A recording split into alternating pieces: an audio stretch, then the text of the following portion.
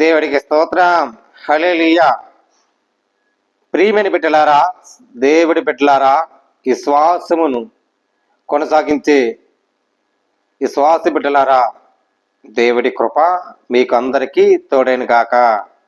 యేసయ్య ప్రేమ సహవాసముతో మీరు వింటూ కొనసాగిస్తున్నారని విశ్వాసిస్తూ మీ అందరి కొరకు క్షేమంగా ఉండాలని ప్రార్థిస్తాం.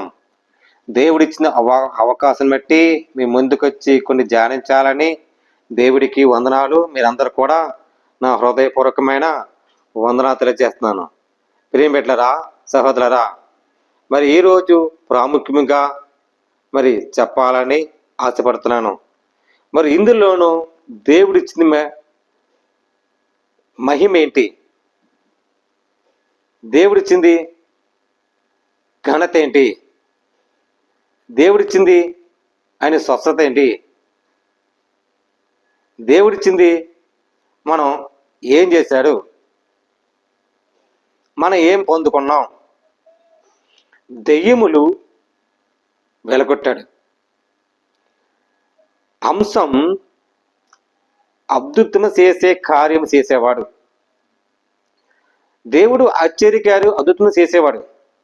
ఇక్కడ మార్కులో సువార్తకి వెళ్తే అక్కడ చూడండి, మార్కు సువార్త 9:38 వెళ్తే అక్కడ చూడండి, అంతటా యోహాను బోధకుడా, ఒకరిని పేరిటకు దెయ్యములు వెలగొట్టుదని సూచితమి, వాడు నా మనమునకు వెంబడించిన వాడు కనుక నేను ఆటంకపరిచితమి అని చెప్పుదును. అప్పుడు యోహాను బోధకుడా, నేను నీ వెంబడిస్తున్నాను కదా, మరి నీ పేరట దెయ్యములు వెలగొట్టుదని సూచిది అంటే యోహాను చూశాడు. దెయ్యములు వెలగొట్టాడు, కుష్టి రోగులని బాగు చేశాడు, అలాగే గుడ్డువారి కూడా నడిపించాడు, మరి మోగవారిని మాట్లాడాడు, అక్కడ స్త్రీల్ని క్షమించాడు, పాపము చేసిన స్త్రీల్ని క్షమించి పశ్చాత్తాపడి తన హృదయములను మరి నెమ్మదిచ్చాడు, అందరికీ నెమ్మదిచ్చాడు. అక్కడ గలిలయ దేశానికి వెళ్తే కొండ మీదకి జన సమూహములు వచ్చేసి ఏం చేశారడా, యేసయ్యను చూడాలని. యేసయ్య ఎంతైనా నమ్మకత్వం దేవుడు, ఆయన చూస్తే ఎంతైనా మనకి స్వస్థత కలుగుతుందని గుడ్డువారు, మోగవారు, చెవిటివారు వాళ్ళందరూ వచ్చి దేవుడికి చూసి అక్కడ అందరికి స్వస్థపరిచాడు. దేవుడు చేసేది అద్భుతమ కార్యం చేసేవాడు, ఆశ్చర్యకార్యం చేసేవాడు. ప్రియమిట్లరా, మనం దేవుడి విశ్వాస మార్గంలో ఉంటున్నామంటే నువ్వు ఎలాంటి వ్యాధి అయినా, బాధ అయినా, రోగి అయినా, సమస్య అయినా దేవుడికి సమస్త అప్పగిచ్చాయి.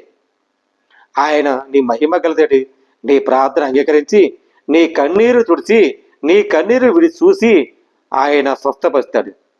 అప్పుడు మరియ కూడా ఆనాడు కన్నీరు చూసింది. బాధ, ఎంతో వేదన.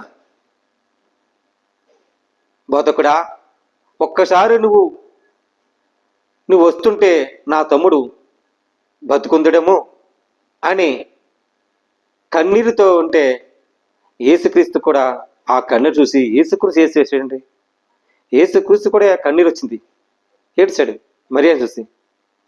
బోధకుడా, నువ్వు వస్తే బాగుండు, నా తమ్ముడు బతుకుందడు అని మరి అక్కడ చూస్తే అక్కడ ఏం చేశాడు, యేసుక్రీస్తు వెళ్ళగానే ఒక్క పిలిపిచ్చాడండి, బోధకుడా బయటికి రా, లాజరు అని పిలవగానే కట్టుబట్టలతో ఎలా ఉన్నారో అలాగొచ్చి లాజరు రా, ఒక్క పిలుపుతోటిని. మనిషి ఆత్మ ఎంత ఉంటుందండి, జీవ ఆత్మ దేవుడిచ్చింది, అది కనిపెట్టాలి. వచ్చి కట్లొప్పండి వీళ్ళందరూ చూస్తారు. మరియా, బంధువులు, తోబుట్టినోళ్ళు, యోహాను. అప్పుడు చూడకనే యేసు ప్రభు చూసి ఆయన కౌగిలించుకున్నాడు. కౌగిలించుకుని, నీ విశ్వాసం నిన్నే స్వస్థపరిచింది, మాత దిగులు పడుకో, నీ కన్నీరు చూసి లాజర్ని మేలు చేశాను. కానీ లాజరు ఏమి లేనివాడే, కానీ ఆత్మీయుడు. గొప్ప జన సమూహములుగా అక్కడ గలియ దేశానికి వచ్చాయని వాళ్ళందరూ స్వస్థపడితే, మరి లాజరు కూడా బాధతో వ్యాధితో ఈ కుటుంబంలోనూ ఉంటే అప్పటికే తెలిస్తే మరి యేసుక్రీస్తు వచ్చి స్వస్థపరిచాడు. స్వస్థపరిచి గాకనే లాజరు కూడా బయటకు తీసుకొచ్చాడు. దేవుడిచ్చిన మహిమ ఎంతటండి. లేకపోతే నీకు నాకు ఏ సమస్య వచ్చినా ప్రభు సిద్ధంగా ఉండాలి. ఆయన సిద్ధపచేసి ఉన్నాడు. ఆయన కనికరించి సమాధినిచ్చే దేవుడు.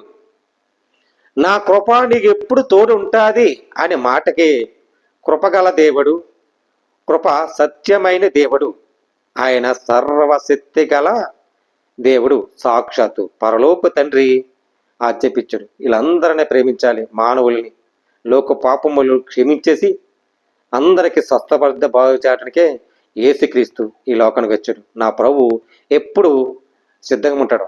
నువ్వు పిలిస్తే మాట్లాడతాడు, నువ్వు పలికితే పలికే దేవుడు. నా ప్రభు ఎప్పుడు మాట్లాడతాడు.